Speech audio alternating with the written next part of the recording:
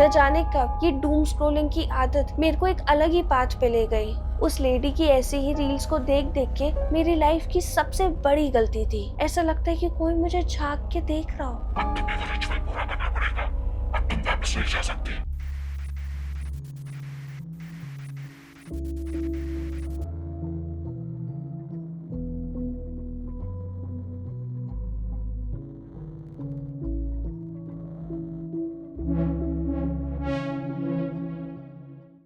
ये आज जो मैं आपको कहानी सुनाने वाली हूँ, इस कहानी को पढ़ के मुझे ढंग से नींद भी नहीं आ रही थी, क्योंकि इतनी डरावनी थी कि आंखें बंद करते ही सबसे पहले मुझे इसी कहानी का ख्याल आया जा रहा था।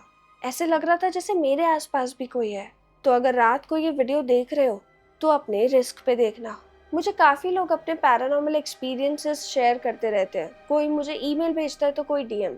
और जब मेरे को श्रुति का सबसे पहली बार ईमेल आया था तो मुझे लगा था ये बाकियों की तरह ही कोई आम कहानी होगी, कोई पैरानॉर्मल एक्सपीरियंस शेयर कर रहा था। पर वो ईमेल पढ़ने के बाद मुझे रियलाइज हुआ कि ये कोई पैरानॉर्मल एक्सपीरियंस नहीं, बल्कि उससे भी कुछ बहुत खतरनाक था। ये ईमेल मुझे श्रुति ने भेजा था और उस ईमेल का सब्जेक्ट था I sold my soul to Satan. अब इस स्टोरी के सब्जेक्ट ने मुझे काफ़ी ज़्यादा इंट्रीग कर लिया था। अब मैं आपको वो बताने जा रही हूँ जो उस ईमेल में लिखा था, जो मुझे श्रुति ने बताया है। मैं आपको ये बिल्कुल वैसे ही नरेट करूंगी जैसे उस ईमेल में लिखा था। हाय, मैं नहीं जानती कि आप ये ईमेल देखोगे भी कि नहीं, पर मैं ये ईमेल एक वार्निंग की तरह लिख रही हूँ उन सभी लोगों के लिए जो इंस्टाग्राम पे और यूट्यूब पे रील्स देख के, वीडियोस देख के अपनी जान को रिस्क में डाल देते हैं। सब लोगों की तरह मुझे भी डूम स्क्रॉलिंग की काफ़ी आदत थी। फिर एक दिन मेरी फीड पे कुछ ऐसी रील्स आने लगी जो काफ़ी डिफरेंट थी। उन रील्स में कुछ लड़कियां होती थी और वो ऐसा क्लेम करती थी कि वो विच है और उनके पास कुछ ऐसे कर्सेस हैं, कुछ ऐसे चैंटिंग्स हैं जिसे करके आप कुछ भी मैनिफेस्ट कर सकते हो। पहले तो मैंने इन सारी रील्स को सीरियसली नहीं लिया, बस स्क्रॉल कर दिया। पर फिर लेटली मेरे पास ये सारी रील्स काफ़ी ज़्यादा आने लगी। आई अंडरस्टैंड एल्गोरिथम उसी चीज़ को आपको दिखाता है जो आप एनीवेज देख रहे हो, पर मैं ऐसी रील्स के साथ ज़्यादा इंटरेक्ट नहीं करती थी। पर फिर जब बार बार मैं जब भी इंस्टा खोलूं यही रील्स मेरे सामने आने लगी तो मैंने इनमें इंटरेस्ट लेना चालू कर दिया। मैंने काफ़ी सारे ऐसे अकाउंट्स को फॉलो करना स्टार्ट करा जिसके अंदर कोई भी विच या कोई भी ऐसा पर्सन होता था जो ये क्लेम करता था कि वो सिजिल्स, कर्सेस और डीमंस के बारे में जानता है। अब ज़्यादातर रील्स तो काफ़ी पॉजिटिव ही होती थी कि कैसे आप मैनिफेस्ट कर सकते हो, कैसे आप पैसे को अट्रैक्ट कर सकते हो।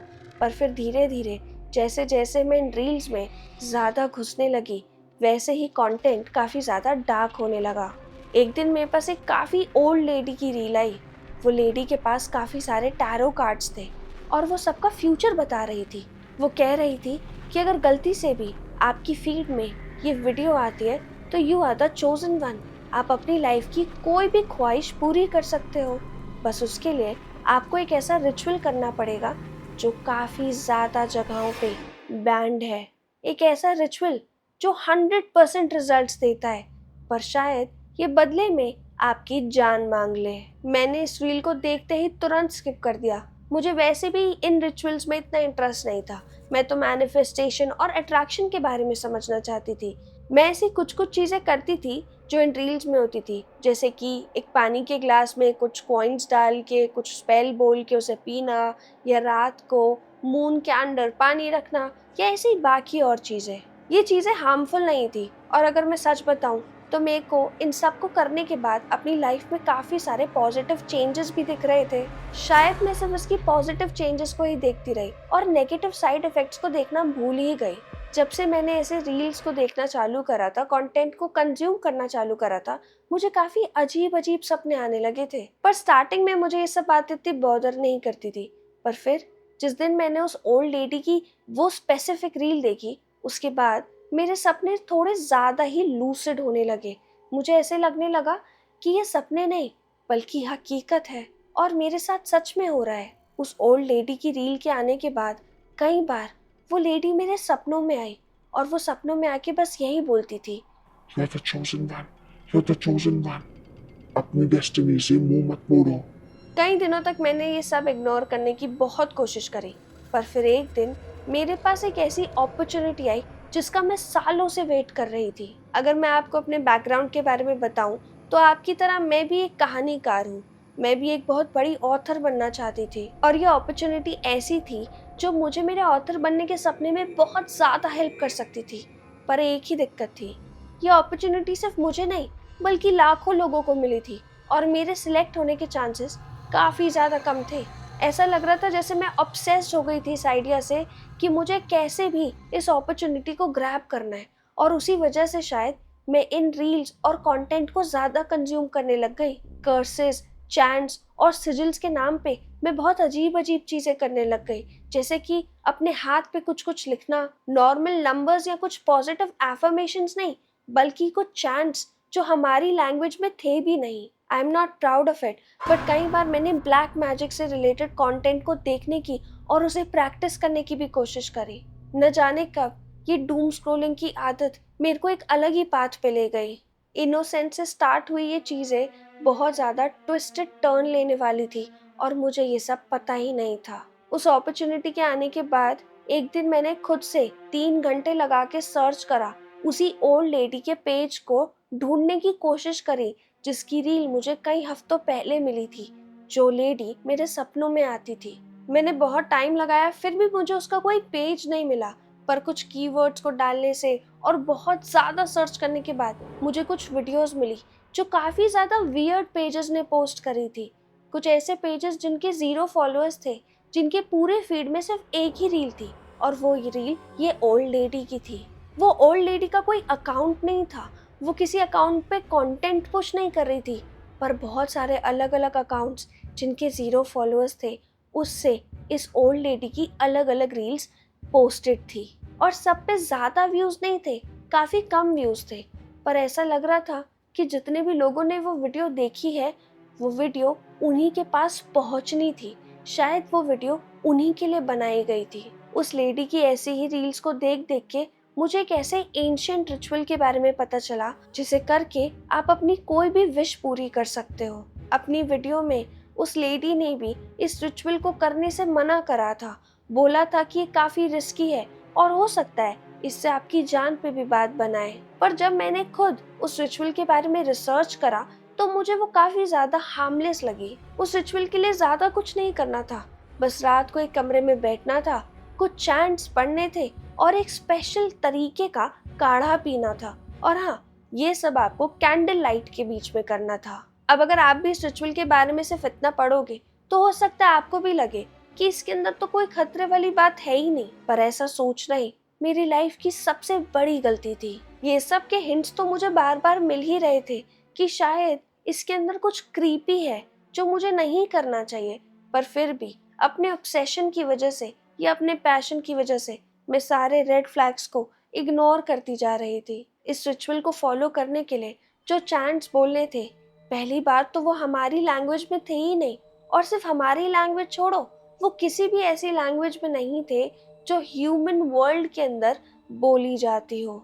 ऐसा लग रहा था कि किसी ने बहुत सारी अलग अलग लैंग्वेजेस के वर्ड्स को, सिंबल्स को मिला के कुछ जिब्रिश लिख दिया हो। कई दिन तक तो मैंने उसे प्रोनाउंस करने की, डिकोड करने की बहुत कोशिश करी, पर फिर मैंने क्विट कर लिया। मुझे समझ ही नहीं आ रहा था कि उसमें लिखा क्या है। मैंने सोचा कि चैंट्स को मैं बाद में फिगर आउट करूंगी, पहले मैं उस काढ़े के इंग्रेडिएंट्स को फिगर आउट करती हूँ जो उस रिचुअल के लिए बहुत ज़्यादा ज़रूरी थे। अब हो सकता है कि आपको ये सुन के वियर्ड लगे, पर उस काढ़े को बनाने के लिए जो भी इंग्रेडिएंट्स चाहिए थे, मैंने इंडिया में हर शॉप पे, हर जगह पे, हर वेबसाइट पे फ़ोन करके देख लिया, रिसर्च करके देख लिया, वो इंग्रेडिएंट्स मौजूद ही नहीं थे। हाँ, कुछ कुछ चीज़ें थी जो मुझे मिल गई, पर बाकी बहुत ऐसी चीज़ें भी थी जो इंडिया में अवेलेबल ही नहीं थी। कुछ ऐसे इंग्रेडिएंट्स, कुछ ऐसे हर्ब्स जो दुनिया के अलग अलग देशों में मौजूद थे। वो लिस्ट देख के ही और ये बात रियलाइज करते ही कि इसको एक्वायर करना और पूरा करना बहुत टफ और शायद इम्पॉसिबल होगा, मैंने उस रिचुअल को करने की अपनी जिद फाइनली छोड़ दी। पर फिर उसी रात मेरे को एक सपना आया, जिसके बाद ना चाहते हुए भी मुझे वो रिचुअल करना ही पड़ा। उस सपने में वैसे कुछ क्रीपी नहीं था, मैं सिर्फ एक कमरे में बैठी हुई थी। मेरे आसपास हर जगह काफ़ी ज़्यादा अंधेरा था, इतना ज़्यादा कि मुझे मैं पूरी तरीके से दिख भी नहीं रही थी। ऐसा लग रहा था कि बस मेरे चेहरे पे कहीं से रोशनी आ रही हो और मुझे मेरे हाथ हल्के हल्के दिख रहे हो। बाकी मेरी नज़र जिधर भी जा रही थी वहाँ पे सिर्फ अंधेरा था। इससे पहले कि मैं अपने सपने में कुछ भी कर या समझ पाती, बहुत दूर से मुझे कहीं से ऐसी आवाज़ आने लगी कि कोई भागता हुआ मेरी तरफ आ रहा है। मैं इधर उधर देखने लगी, छटपटाने लगी, पर मेरे आसपास तो सिर्फ वही अंधेरा था। मैं उठ के जिधर भी भाग रही थी वो अंधेरा मेरा पीछा नहीं छोड़ रहा था, और वो पैरों की आवाज़ वो भी हर जगह मेरा पीछा करते हुए आ रही थी। मैं जितना तेज़ चल रही थी उससे ज़्यादा तेज़ वो कदम भाग रहे थे, और मैंने बहुत कोशिश भी करी भागने की, पर शायद सपना था या शायद कुछ और, इसलिए मेरे शरीर के ऊपर बस ही नहीं चल रहा था। एकदम से सपने के अंदर वही लेडी जिसकी वीडियो मुझे मिली थी दोबारा से आ जाती है। इस बार वो मेरे चेहरे के एकदम सामने होती है। पर एक बात बहुत अजीब होती है, मैं सीधी खड़ी थी और वो उल्टी लटकी थी। ऐसा लग रहा था जैसे वो किसी पेड़ से लटक रही हो। उसका चेहरा मेरे चेहरे के एकदम सामने था। वो काफ़ी डरावनी लग रही थी। उसके लंबे लंबे बाल मुझे मेरे पैरों तक महसूस हो रहे थे। वो आगे पीछे झूल रही थी, और जब जब वो आगे आ रही थी वो मेरे चेहरे के काफ़ी पास आ जा रही थी। मैं काफ़ी ज़्यादा डर गई थी।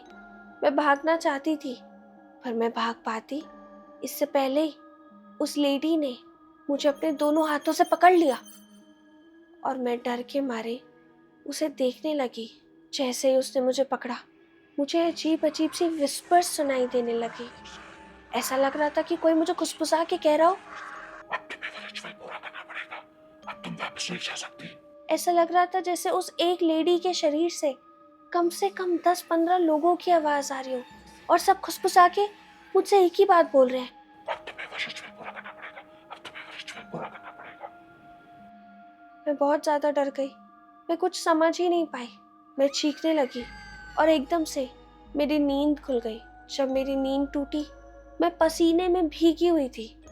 मैं बहुत ज़्यादा डर रखी थी, पर मेरे पूरे शरीर पे गूज़बम्स आ रखे थे। ऐसा लग रहा था जैसे मैं किसी बहुत ही ठंडे कमरे में बैठी हूँ। पर सच तो ये है कि मैं एसी बंद करके सोती हूँ। मुझे काफ़ी ज़्यादा ठंड लगती है, इसलिए मैं चादर ओढ़ के सोती हूँ।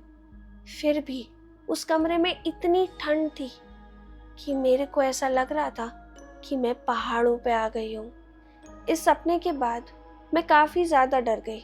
मुझे लगा कि शायद मुझे इन चीज़ों से अब दूर हट जाना चाहिए, पर फिर भी मेरे अंदर एक आवाज़ थी जो इसको भी एक साइन की तरह ले रही थी। ऐसा कंटेंट देखने के बाद मैंने अपने दिमाग को ये यकीन दिला लिया था कि जो भी ये छोटी मोटी चीज़ें होती है जो हो सकता है आपको डरा दे, क्या पता वो भी आपके लिए एक साइन हो, यूनिवर्स का दिया साइन या आपके अंदर की पावर्स का दिया साइन कि आप इस चीज़ को फॉलो करो।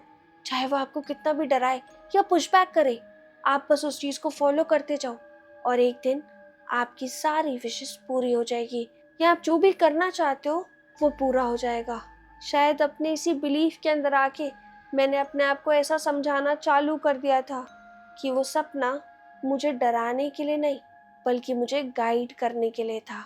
मैं दोबारा से उस रिचुअल की चीज़ों को फॉलो करने लगती हूँ, उन इंग्रेडिएंट्स को ट्रैक करने लगती हूँ, ढूंढने लगती हूँ कि कहाँ से मैं वो सारी चीज़ें मंगवा सकती हूँ। मेरे डैड जो काफ़ी टाइम तक लॉजिस्टिक्स में काम कर चुके थे, उन्होंने इस पूरी चीज़ में मेरी काफ़ी हेल्प करी।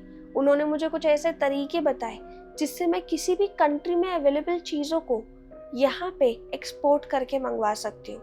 हाँ, वो काफ़ी ज़्यादा एक्सपेंसिव थे, और हाँ, एक चीज़ आने में मेरे पे 1.5 महीने से ज़्यादा लग रहा था, पर फिर भी मुझे ऐसा लग रहा था कि ये सारा वेट, ये सारे पैसे वर्थ इट होंगे। दुनिया भर के अलग अलग शहरों से हर्ब्स और बाकी वो इंग्रेडिएंट्स आने लगे जो मुझे काढ़े को बनाने के लिए चाहिए थे। पर अभी भी मेरे आगे एक पहेली थी, मैं उस चैंटिंग का क्या करूं जो किसी भाषा में लिखी ही नहीं, जो किसी को समझ ही नहीं आएगी।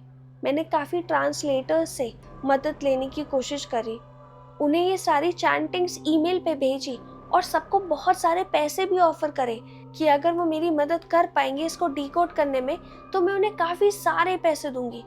पर कोई भी ट्रांसलेटर, कोई भी इंसान मेरी मदद ही नहीं कर पा रहा था। एक बार को मुझे ऐसा लगता था कि सारी दुनिया की ताकत, यूनिवर्स, सब कुछ मुझे ये सब करने से रोक रही है। पर फिर दूसरे ही सेकंड ऐसा लगता था कि मैं जितना ही इस काम से दूर हटने की कोशिश करती हूँ, मेरे लिए एक नया रास्ता खुल जाता है। जैसे ही ट्रांसलेटर्स ने मेरी मदद करने के लिए मना करा, वैसे ही मुझे कुछ ऐसे पेपर्स और कुछ ऐसी साइट्स मिल गई जहाँ पे एंशिएंट लैंग्वेज की नॉलेज थी। अब ये जिम्मेदारी मुझ पे ही थी कि मैं उन सारी चैंटिंग्स को डिकोड करूं, पर उसको डिकोड करने के लिए अब सारे रिसोर्सेस मेरे पास अवेलेबल थे। ऐसा लग रहा था कि कोई ऐसी ताकत भी है जो मुझे ये रिचुअल पूरा करने के लिए पुश कर रही है, मदद कर रही है। कई बार तो ऐसा भी हुआ कि मैं उस चैंट में बहुत सारे ऐसे सिलेबल्स को नहीं डिकोड कर पा रही थी, नहीं समझ पा रही थी कि ये क्या लिखा था। पर फिर जब भी मैं रात में सोती थी तो मुझे कुछ ना कुछ अपने आप ही क्लिक कर जाता था। ऐसा लगता था कि मेरे सपनों में कोई मुझे गाइड कर रहा हो, कोई मुझे समझा रहा हो कि उन चैंटिंग्स में दरअसल लिखा क्या है। मुझे 4 महीने लग गए, पर फाइनली मैंने वो सारे इंग्रेडिएंट्स भी जमा कर लिए थे जो इस रिचुअल के लिए चाहिए थे, और मैंने इस पूरी चैंट को डिकोड भी कर लिया था। अब मैं आपको वो चैंटिंग्स तो नहीं भेजूंगी क्योंकि मैं आपको खतरे में नहीं डालना चाहती, मगर मैं आपको एक जिस्ट देना चाहती हूँ कि उन चैंट्स को डिकोड करने के बाद मुझे क्या समझ आया। उन चैंट्स में दरअसल लिखा क्या था।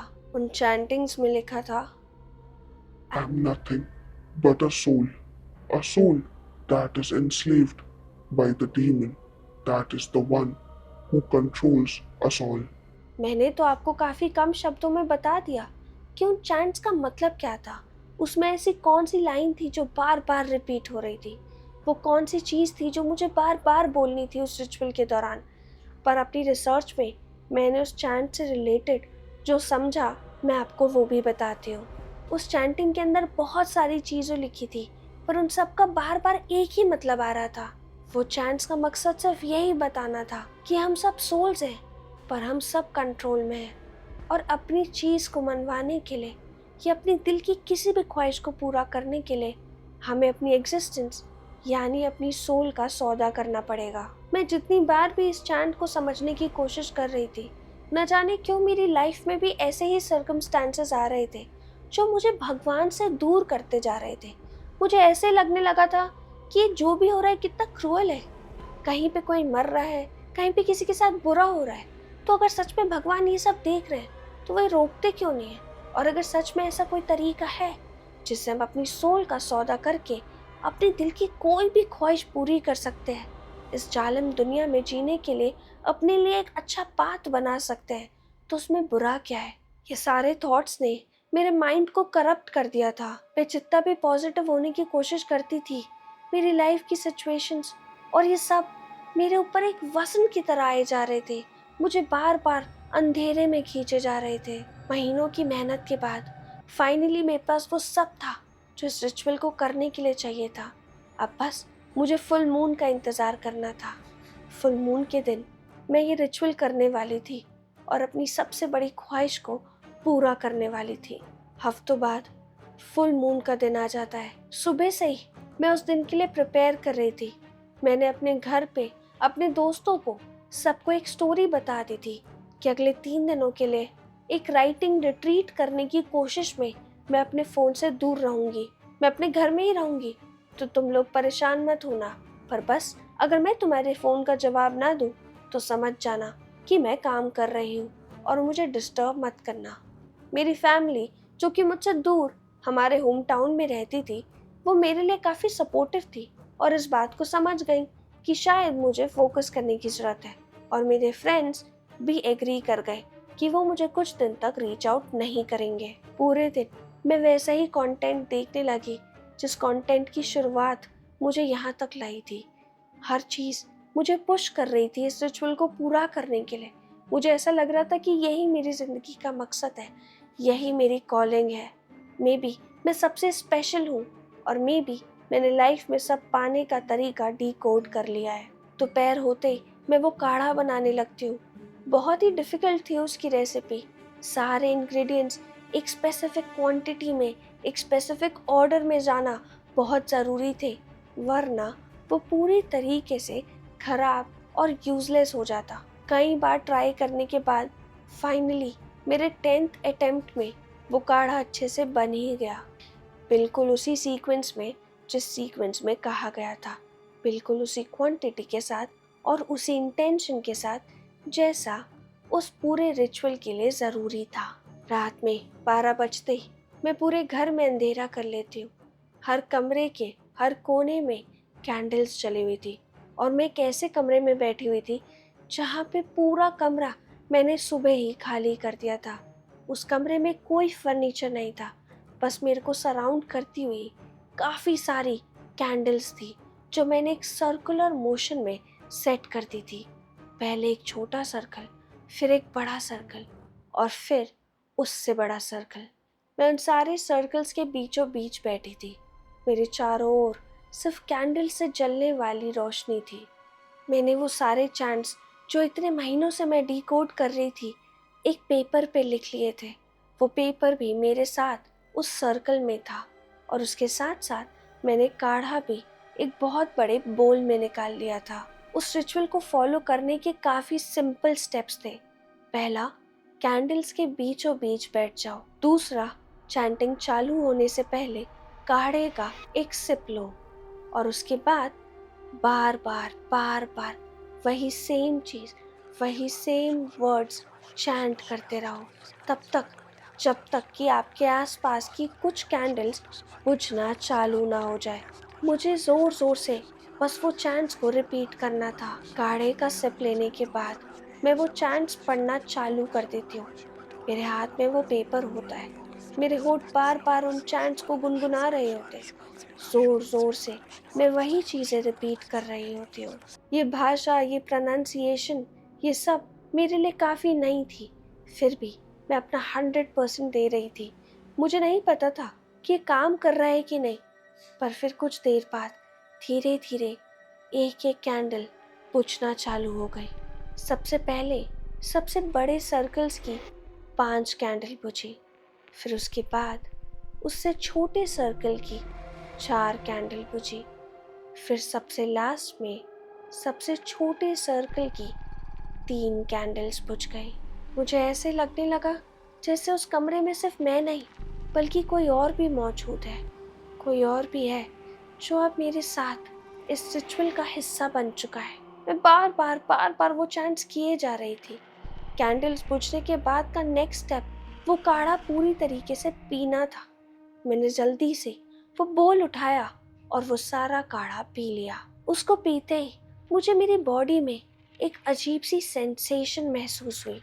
ऐसे लगने लगा कि अचानक से ही मेरे शरीर पे किसी ने बहुत ज़्यादा भार रख दिया हो। मैं ये सब समझ ही रही थी और ये फिगर आउट करने की कोशिश कर ही रही थी कि अब आगे क्या करना है, क्योंकि आगे कोई और स्टेप्स नहीं लिखे थे, बस लिखा था If you do this correctly, it will work. मैं कंफ्यूज थी कि क्या मैंने रिचुअल ढंग से फॉलो करा, क्या मुझसे कुछ बनाने में या करने में गलती तो नहीं हो गई। कितने में ही मेरे अपार्टमेंट के दरवाजे पे जोर जोर से खटखटाने की आवाज आने लगी। खट खट खट, एक बार, फिर 2 बार, फिर 3 बार। कोई बहुत जोरों से मेरा गेट खटखटाए जा रहा था। मैं तुरंत उठती हूँ और मेन गेट पे चली जाती हूँ। मैंने कोई भी चीज़ टच नहीं करी थी और मैं सच बताऊँ तो मैं तो सर्कल से उठना भी नहीं चाहती थी। पर जब बहुत बार कोई गेट के ऊपर बेल बजाने लगा, गेट खटखटाने लगा, तो मेरे पास कोई और ऑप्शन ही नहीं बचा। मेन गेट पे पहुँचते ही मैंने अपना वुडन डोर खोला। वुडन डोर के बाद एक और गेट था जो जाली से बना था, जो मेन गेट था जिस पे मैं ताला लगाया करती थी। वो वुडन गेट तो सिर्फ ये देखने के लिए खोला जाता था कि सामने कौन है, पर इस बार जब मैंने वो गेट खोला तो सामने कोई भी नहीं था, पर मुझे पैरों की आवाज़ सुनाई दे रही थी और ऐसा लग रहा था कि जैसे कोई बाहर खड़ा फुसफुसा रहा हो, मेरा नाम बार बार ले रहा हो। Shruti, Shruti, Shruti. मेरे को बहुत बार मन में आया कि मैं ये गेट बंद करके अंदर चली जाऊं, सारी कैंडल्स बुझा दूं और ये रिचुअल यहीं बंद कर दूं, क्योंकि शायद कुछ गलत हो गया है, कुछ गलती हो गई है मुझसे। पर फिर भी मेरे अंदर एक ऐसा पुल भी था जिसने मुझे मजबूर करा कि मैं वो गेट खोलूं और बाहर जाके देखूं। मैं एक बहुत बड़ी अपार्टमेंट बिल्डिंग में रहती हूँ, एक काफ़ी हाई राइज बिल्डिंग में। हमारी बिल्डिंग के अंदर ही 29 फ्लोर्स हैं और यहाँ पे हर दिन, हर रोज़, हर फ्लोर पे कोई ना कोई आता जाता रहता है। मैंने अपने आप को कन्विंस कर लिया कि शायद कोई मेरा जानने वाला या कोई पड़ोसी ही होगा। मैं गेट खोल के बाहर झांकने लगती हूँ। पूरी लॉबी में कोई भी नहीं होता। फार एंड में एक बल्ब टिमटिमा रहा होता है। ऐसा लग रहा होता है कि वो खराब हो गया है, वो किसी भी मिनट अब बुझ जाएगा। वो बल्ब जैसे ही बुझता है, अचानक से ही दोबारा जल जाता है। पर इस बार रोशनी में मुझे कुछ ऐसा दिखता है जिसे देखने के बाद मुझे मेरी आंखों पे यकीन ही नहीं होता। ऐसा लगने लग जाता है कि सामने कुछ शैडोई फिगर्स खड़ी थी, और सिर्फ एक नहीं बल्कि मल्टीपल फिगर्स थी, और उन सब के पैर जमीन पे नहीं थे बल्कि हवा में थे। मैं उन्हें देख के डर गई। मैं अपने गेट की तरफ दौड़ के वापस अंदर आ जाती हूँ और दोनों गेट पे ताले लगा देती हूँ। घर के अंदर आने के बावजूद भी, वो गेट बंद करने के बाद भी मुझे ऐसा लग रहा था कि वो शैडोई फिगर यहीं कहीं आसपास है। मुझे बहुत डर लग रहा था। मैं दौड़ते दौड़ते उसी कमरे में वापस चली गई जिसमें मैं अब तक वो रिचुअल परफॉर्म कर रही थी। उस कमरे में एक भी मोमबत्ती नहीं जल रही थी। वो सारी मोमबत्तियाँ बुझ चुकी थी। मैं तुरंत उस कमरे का बल्ब जला देती हूँ। लाइट ऑन होते ही मैं कुछ ऐसा देखती हूँ जिससे मेरा डर और बढ़ जाता है। वो सारी मोमबत्तियाँ जो मैंने सीधी रखी थी, जो अभी कुछ मिनट पहले तक ही जल रही थी, अब वो सारी जमीन पे गिरी हुई होती है। पर ये कैसे पॉसिबल है? वो तो काफी टाइम से जल रही थी। उनका वैक्स उन्हें अपनी पोजीशन में होल्ड करके रख रखा था, तो ये गिर कैसे सकती हैं? जब तक कोई इन्हें अपने हाथ से हिलाएगा नहीं, ये हिल कैसे सकती हैं? कमरे की लाइट जलाते ही जब मैं उन सारी मोमबत्तियों की ये अजीब पोजीशन देखती हूँ, मैं समझ जाती हूँ कि कुछ तो गड़बड़ हुई है, कि ये रिचुअल शायद पूरा तो हो गया है, पर वैसे नहीं जैसे मैं चाहती थी। शायद मैं इस रिचुअल के बारे में पूरी बात जान ही नहीं पाई थी। इससे पहले कि मैं कुछ और कर पाती, मुझे किचन से जोर से एक कांच की ग्लास टूटने की आवाज़ आती है। मैं किचन के अंदर पहुंच पाती उससे पहले ही फिर से एक और ग्लास टूट जाता है, और फिर एक और ग्लास। जब तक मैं किचन के अंदर पहुंचती हूँ तब तक मुझे 5 ग्लासेस टूटने की आवाज़ आ चुकी थी। मैं किचन में जाती हूँ और देखती हूँ कि एक कबर्ड जो सबसे ज़्यादा टॉप राइट कॉर्नर पे था, वो खुला हुआ था। उसी कबर्ड के अंदर से ये सारे ग्लासेस नीचे गिर के टूट गए थे। मगर वो कबर्ड तो हमेशा बंद रहता है, उस पे मैं ताला नहीं लगाती, पर उसका गेट हमेशा भिड़ा हुआ रहता है। उसे जब तक आप खोलोगे नहीं, ये ग्लासेस अपने आप कैसे नीचे गिर सकते हैं? सिर्फ इतना ही नहीं, मैं ग्लासेस को बहुत ही पीछे करके रखती हूँ, तो बिना किसी के हिलाए वो इतना आगे कोने में आए ही कैसे? मैं दूर से ही उन ग्लासेस की तरफ देखने लगती हूँ, और एक बार को तो मुझे ऐसा भी लगता है जैसे किसी ने अपना पैर उस टूटे हुए कांच के ऊपर रखा हो, और कुछ कांच के टुकड़े उसके पैर के इस मूवमेंट से हिल गए हों। ऐसा लग रहा था कि उन कांच के टूटे हुए टुकड़ों पे कोई चल रहा हो। मैं बहुत ज़्यादा डर गई। मैं भागते भागते दोबारा अपने कमरे में चली गई। मेरे कमरे में जाने के बाद भी बार बार ग्लासेस टूटने की आवाज़ें आ ही जा रही थी। ऐसा लग रहा था जैसे कोई जानबूझ के जोर जोर से, बहुत गुस्से से ग्लासेस को दीवारों पे दे के तोड़ रहा हो। पर कैसे पॉसिबल है? मेरे पास सिर्फ 5 ही ग्लासेस थे जो शीशे के थे, जो उस कबर्ड में रखे थे, और वो पांचों तो पहले ही टूट चुके थे। तो ये कौन सा कांच टूटने की आवाज़ आ रही थी? मुझे अपने कमरे के बाहर से भी वही गेट खटखटाने की आवाज़ें आने लगती है जो मेन गेट से आ रही थी। पर इस बार मेरे शरीर का हर एक कण कह रहा था कि मैं खतरे में हूँ और मुझे उसके पास नहीं, उससे दूर भागना चाहिए। पर मैं एक बड़े से कमरे में बंद थी। मैं कहाँ जा सकती थी? और इस कमरे में भी मुझे ऐसा लग रहा था जैसे मैं अकेली नहीं हूँ। बहुत देर तक मैंने हर भगवान को, हर इंसान को याद करा, अपने माँ बाप को, अपने भगवानों को, सबका नाम लेती रही, इस उम्मीद में कि कोई तो मेरी बात सुनेगा, कोई तो मुझे बचाएगा। बहुत देर बाद वो आवाज़ें बंद हो जाती है। मुझे लगता है कि अब सब ठीक हो गया है, मैं बाहर जाके देख सकती हूँ। जब मैं बहुत हिम्मत करके बाहर जाती हूँ तो पहले तो सब कुछ ठीक लग रहा होता है। ऐसा लग रहा होता है कि वो जो भी था या जो भी है वो जा चुका है। पर फिर जब मैं अपने कमरे की दहलीज पे खड़ी हुई होती हूँ, मुझे सामने लॉबी में से आवाज़ आने लगती है। सिर्फ 1 सेकंड के अंदर अंदर लॉबी की दीवार में से मुझे कुछ बाहर आता हुआ दिखाई देता है। ऐसा लगता है कि कोई मुझे झांक के देख रहा हो। पर वो जो भी था, ना तो उसका सर था, ना ही पैर और ना ही शरीर। ऐसा लग रहा था जैसे कोई बहुत बड़ी शैडो हो। पर वो ज़मीन पे नहीं थी, वो हवा में थी। मैं वापस से गेट को बंद करने की कोशिश करती हूँ, पर अब वो जो भी था वो मेरे साथ उस गेट को धक्का देने लगता है। मैं गेट की दूसरी तरफ से उस गेट को बंद करने की कोशिश कर रही हूँ और वो शैडो दूसरी तरफ से वो गेट को धक्का दे के खोलने की कोशिश कर रहा है। थोड़ी ही देर में मेरा पूरा शरीर थक जाता है और वो गेट बहुत जोर से खुल जाता है। वो गेट इतनी जोर से खुलता है कि ऐसा लगता है कि मैं हवा में उड़ के पीछे गई हूँ। मैं ज़मीन पे वहीं गिर जाती हूँ जहाँ पे मैंने वो कैंडल्स रखी थी। वो सारी कैंडल्स मेरे शरीर पे चुभने लग जाती है। मुझे अपने शरीर पे वैक्स महसूस होने लग जाती है जो कुछ देर पहले उन कैंडल्स से गिरा था। उन कैंडल्स को बुझे बहुत देर हो गई थी, पर फिर भी ऐसा लग रहा था जैसे वो अभी भी गर्म है। मेरा पूरा शरीर आग से सुलगने लगता है, पर आग तो कहीं होती ही नहीं है। मैं अपने शरीर को झटकने लगती हूँ, उस वैक्स को हटाने की कोशिश करने लगती हूँ। इतने में ही वो शैडोई फिगर मेरे एकदम सामने आके खड़ी हो जाती है। मेरी नज़र जहाँ तक भी जा रही थी, ऊपर ऊपर, वहाँ तक उसका वो फिगर बढ़ता ही जा रहा था, बढ़ता ही जा रहा था। मैं कुछ समझ पाती इससे पहले ही मुझे ऐसा लगा कि किसी ने मेरे पैर खींच लिए और मैं ज़मीन पे गिर गई। मेरे को ज़मीन पे घसीट घसीट के लिविंग रूम में ले जाया गया।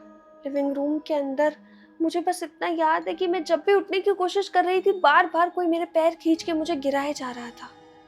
मैं जितना अपने आप को संभालने की कोशिश कर रही थी, उतना ही मुझे ऐसा लग रहा था कि मेरा शरीर टूटे जा रहा है, उस पर कुछ बहुत ही भारी सा महसूस हो रहा है।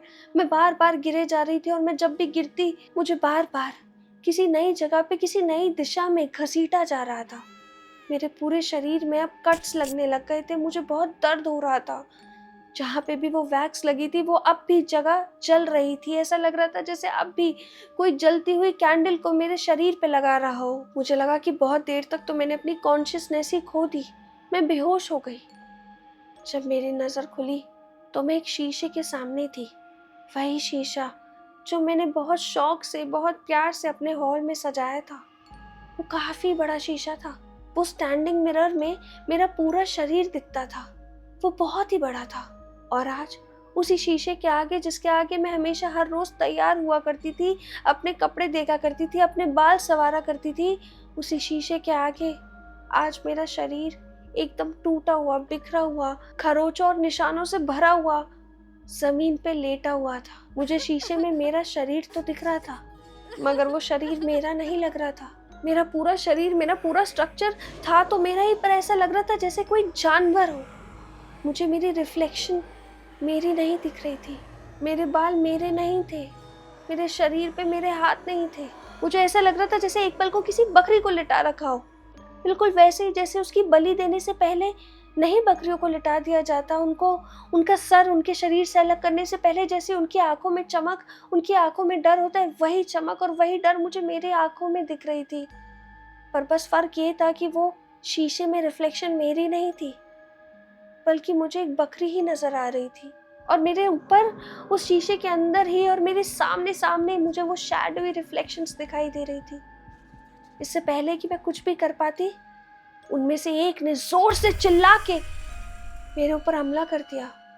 मेरा शरीर मेरे सर से अलग हो गया। मेरा सर दूर जाके गिर गया और मुझे अपने सर पे अपनी आंखों से अभी भी दिख रहा था कि कैसे शीशे के सामने अब मेरा आधा कटा हुआ शरीर रखा है, कैसे मेरी पलकें धीरे धीरे भारी हो रही है और मैं अपना शरीर देख रही हूँ और उन शैडोई फिगर्स को, शरीर को लेते हुए, जाते हुए देख रही हूँ। कैसे वो अपने लंबे लंबे हाथ, या हाथों जैसा ही कुछ, मेरे पेट के अंदर खोप के मेरे शरीर को ताड़ ताड़ कर रहे हैं। वो मेरी आंतें खींच रहे हैं और वो ये सब कर तो रहे हैं, पर उनकी नज़र, उनका चेहरा मेरे कटे हुए सर की तरफ है और ऐसा लग रहा है जैसे वो मेरी आंखों में आंखें डाल के देख रहे हो। और धीरे धीरे मेरी पलकें बंद हो जाती है। कुछ देर बाद मुझे होश आता है। मैं उसी सर्कल के बीचों बीच होती हूँ जिसके अंदर बैठ के मैं वो रिचुअल कर रही थी। उसी सर्कल के अंदर बिल्कुल सब कुछ वैसे ही होता है जैसे स्टार्टिंग में था। सारी मोमबत्तियाँ अपनी जगह पे थी। काफ़ी मोमबत्तियाँ अब तो बुझ के ख़त्म हो चुकी थी। वो तीनों सर्कल्स एक जैसे ही थे जैसे मैंने उन्हें पहले बनाया था। मेरे कमरे का दरवाज़ा बंद था। मेरा शरीर मेरे जैसा ही था। इंसानों वाले हाथ, मेरा ही पैर, मेरे ही शरीर, सब कुछ ठीक था। पर मेरे शरीर में अभी भी वैसा ही दर्द हो रहा था जैसे सच में उस सपने के अंदर या उस विजन के अंदर या जो भी वो था उसमें हो रहा था। मैं भागते भागते शीशे की तरफ गई, उसी शीशे में जिसमें अभी तक मैं खुद को बकरी दिखाई दे रही थी। उस शीशे में अब मैं दोबारा से एक इंसान जैसी दिख रही थी, मगर मेरे पूरे शरीर पे निशान थे, चोट के, खरोच के निशान। पर मैं तो उस सर्कल से कभी उठी ही नहीं। या क्या मैं उस सर्कल से उठी थी और जो भी मैंने देखा था वो सच था और वो सच में मेरे साथ हुआ था? मेरे ख्याल से मैंने वो रिचुअल पूरी तरीके से कर लिया था, क्योंकि जो मेरी चाहत थी, मेरा ऑब्सेशन था, उस अपॉर्चुनिटी को लेना, सबसे आगे निकलना, वो तो पूरा हो गया था। मगर उस दिन के बाद, उस रात के बाद मुझे मेरे शरीर में कुछ अलग सा महसूस होता था। ऐसे लगता था जैसे मैं नहीं हूँ। किसी भी चीज़ में ना तो खुशी होती थी, ना ही किसी चीज़ का गम होता था। उस इंसिडेंट के बाद मेरे घर में कितने लोगों की मौतें हुई है, पर मुझे किसी की भी मौत का अफसोस ही नहीं है। आज मैं बहुत बड़ी राइटर बन चुकी हूँ। मैं जो अपने प्रोफेशन में अचीव करना चाहती थी वो सब कर लिया है, पर मुझे किसी बात की खुशी नहीं है। ना मुझे भूख लगती है और ना ही मुझे ढंग से नींद आती है। मुझे ऐसा लगता है कि मेरा शरीर तो मेरा ही है, पर मेरे शरीर के अंदर की रूह किसी ने छीन ली हो। उस रिचुअल के बाद, उस दिन के बाद, उस ओल्ड लेडी के सपने मुझे आना बिल्कुल बंद नहीं हुए। हर रोज़ मेरे सपने में वो वही आती है, पर इस बार सिर्फ एक चीज़ अलग होती है। वो सपनों में मेरी तरफ देख के कुछ कहती नहीं, बस मुस्कुराती है। मैं जानती हूँ कि जो भी मैंने इस ईमेल में लिखा है उस पर आप यकीन नहीं करोगे, पर मैंने सच में वो रिचुअल करा था। सच में मेरे शरीर पे मुझे आज भी वो निशान दिखाई देते हैं। वो दर्द महसूस होता है जो मुझे उस दिन हुआ था, और इस बात को सालों गुजर चुके हैं। कोई भी चोट इतनी गहरी नहीं होती कि सालों के बाद भी उसका घाव का, उसका निशान दिखे, पर मुझे मेरी सारी चोटों के निशान मेरे शरीर पे क्लियरली दिखते हैं। मैंने वो रिचुअल करा था और जो भी मैंने उस दिन एक्सपीरियंस करा था, मैं सच में ऐसा समझती हूँ कि उस दिन, उस रात को मैंने अपनी सोल सच में शैतान को बेच दी। और शायद ये प्रोसेस, जो लोग कहते हैं, इतना इजी नहीं होता। ये प्रोसेस इतना ही दर्दनाक होता है जितना शायद मैंने एक्सप्लेन करा। वो लेडी का मेरा सपनों में आना आज तक मुझे डराता है, और मैं जानती हूँ कि अब मेरा शरीर तो मेरा है, पर मेरी आत्मा ना तो मेरे शरीर में है और ना ही मेरी रही। मैं ये ईमेल बस आपको इसलिए भेज रही हूँ सो दैट आप अपने बाकी सब्सक्राइबर्स, फॉलोअर्स के साथ, या जो भी इस वीडियो को देखता है उसके साथ ये घटना शेयर करें और उन सबको वार्न कर दें कि गलती से भी अपने आप को डार्कनेस की तरफ मत जाने देना। ये सब बातें सुनने में, देखने में, पढ़ने में अच्छी लगती है कि मैंने अपनी सोल बेच दी, मैंने मैनिफेस्ट करके सारी चीज़ें अचीव कर ली, पर कभी कभी इन सारी चीज़ों का एक डार्क साइड भी होता है जो हम नहीं देख पाते। और अगर हम इन चीज़ों में ज़्यादा डीप जाने की कोशिश करते हैं तो हम में से कुछ लोग हो सकता है भटक जाए। ये जो भी मैंने अभी आपको नरेट करा, ये वो उस ईमेल में लिखा था जो मुझे मिला। मैंने अपने इंस्टाग्राम पे और यूट्यूब पे हर जगह पे अपनी ईमेल आईडी दे रखी है, और बहुत लोग मेरे साथ अपने एक्सपीरियंसेस को शेयर करते हैं और अपनी स्टोरीज़ बताते हैं, पैरानॉर्मल एक्सपीरियंसेस बताते हैं। ज़्यादातर लोग काले जादू से रिलेटेड या छलावे से रिलेटेड या मतलब अलग अलग चीज़ों के बारे में मुझसे शेयर करते हैं, पर किसी ने भी आज तक मुझे ऐसी स्टोरी या ऐसी घटना या अपने साथ हुई ऐसे एक्सपीरियंस को शेयर नहीं करा है। अब मैं ये नहीं जानती कि इस ईमेल की स्टोरी के ऊपर आप बिलीव करते हैं कि नहीं, या मैं इससे आपको क्या बोलूँ, बट मुझे एक्चुअल में लगता है कि ऐसे काफ़ी रिचुअल्स होते हैं, ऐसी काफ़ी चीज़ें होती हैं जो आप करके एंटिटीज़ को समन कर सकते हो, बुला सकते हो। और ये सुनने में ऐसा लगता है कि आप बुला लोगे तो आप कंट्रोल में रहोगे, बट ऐसा कुछ नहीं है। एक बार आपने बस सोच ही लिया कि आप ऐसा करने वाले हो, उसी सेकंड से आप अपना सारा कंट्रोल लूज़ कर देते हो, और वो डार्क एंटिटीज़ या स्पिरिट्स या जो भी आप उन्हें कहना चाहो वो आपके ऊपर कंट्रोल करके आपसे वही चीज़ें कराती है जो आपके लिए जानलेवा भी साबित हो सकती है। ऐसे बहुत सारे केसेस हैं, और ये तो चलो एक ईमेल है, पर एक बहुत सारे ऐसे डॉक्यूमेंटेड केसेस हैं जहाँ पे यही सब करने की कोशिश में लोगों ने, बच्चों ने, अडल्ट्स ने अपनी जान गंवाई है। नेक्स्ट वीडियो में मैं उन केसेस को कवर करने की कोशिश करूँगी। अगर आप चाहते हो उन केसेस के बारे में सुनना, समझना, तो आप कमेंट करके बता सकते हो। वीडियो एंड होने से पहले मैं बस एक ही बात बोलना चाहूँगी कि ये जो भी स्टोरीज हम सुनाते हैं वो अवेयरनेस के लिए होता है, ये मत करो। अवेयरनेस के लिए भी और एंटरटेनमेंट के लिए भी, जिन्हें ये सब स्टोरी सुनना पसंद है या ये सब कंटेंट में इंटरेस्ट है, क्या आप इन्हें सुनो, अच्छा फील करो, डरो थोड़ा सा और फिर लेट इट गो। पर कभी भी किसी चीज़ को फॉलो मत करना। हम कोई ऐसी चीज़ को बढ़ावा नहीं दे रहे हैं कि आप ऐसे रिचुअल्स को फॉलो करो, क्योंकि इफ़ आप करोगे तो आपके साथ जो कॉन्सिक्वेंसेज होंगे वो भी आप ही को फेस करने पड़ेंगे। वीडियो एंड होने से पहले कि अगर आप मुझे जानते हो तो आप ये भी जानते होंगे कि मेरा एक गेमिंग ब्रांड है जहाँ पे हम गेम्स बनाते हैं। ट्रू क्राइम केसेस पे बेस्ड केसेस हम लाके आपको देते हैं और आप एक डिटेक्टिव की तरह उन्हें सॉल्व कर सकते हो। और उसको सॉल्व करने के लिए आपको बहुत चीज़ें मिलती है, चाहे वो ऑटोप्सी रिपोर्ट हो, फोरेंसिक रिपोर्ट हो, थंबप्रिंट एनालिसिस हो, डीएनए रिपोर्ट्स हो, पुलिस सस्पेक्ट की बातें हो, इंस्टाग्राम स्क्रीनशॉट हो, विक्टिम्स के फ़ोन की जानकारी और वो अपने फ़ोन में क्या क्या करते थे उसके स्क्रीनशॉट्स हो। मतलब बहुत इंटरेस्टिंग चीज़ें हैं जो एक्चुअल डिटेक्टिव्स को भी नहीं मिलती होगी, वो हम आप लोगों को देते हैं। और ये हमने एक एक्सपीरियंस की तरह बनाया है उन लोगों के लिए जिन्हें किताबें पढ़ना पसंद है, मर्डर मिस्ट्रीज़ देखना पसंद है, ऐसी वीडियोस देखना पसंद है जिनको मतलब अपने टाइम में डूम स्क्रॉलिंग से हट के कुछ करना है। और शायद इस वीडियो के बाद आपको ये भी रियलाइज़ होगा कि डूम स्क्रॉलिंग से हटना कितना इंपॉर्टेंट है। तो अगर आप इंटरेस्टेड हैं तो आप इस नंबर पर व्हाट्सएप पे मैसेज करके ये गेम को, ये केस फाइल को ऑर्डर कर सकते हैं। हम पे मल्टीपल केसेस अवेलेबल है और मल्टीपल लैंग्वेजेस भी अवेलेबल है। सिर्फ इतना ही नहीं, हमने काफ़ी सारे ऐसे केसेस भी इंट्रोड्यूस करें जो actual real life paranormal incidents पे बेस्ड है और वो रियल लाइफ सॉल्व नहीं हो पाई, पर आपके पास चांस है और आपके पास सारे सबूत है कि आप सॉल्व करो और आप पता लगाओ कि मिस्ट्री एक्चुअल में थी क्या। आज की वीडियो सिर्फ इतनी ही। अगर आपको ये वीडियो पसंद आई हो तो प्लीज़ चैनल को सब्सक्राइब कीजिए so that I also feel motivated और वीडियोस बनाने के लिए। लाइक कीजिए और कमेंट करके बताइए कि आप नेक्स्ट टाइम कौन सी स्टोरी सुनना चाहेंगे।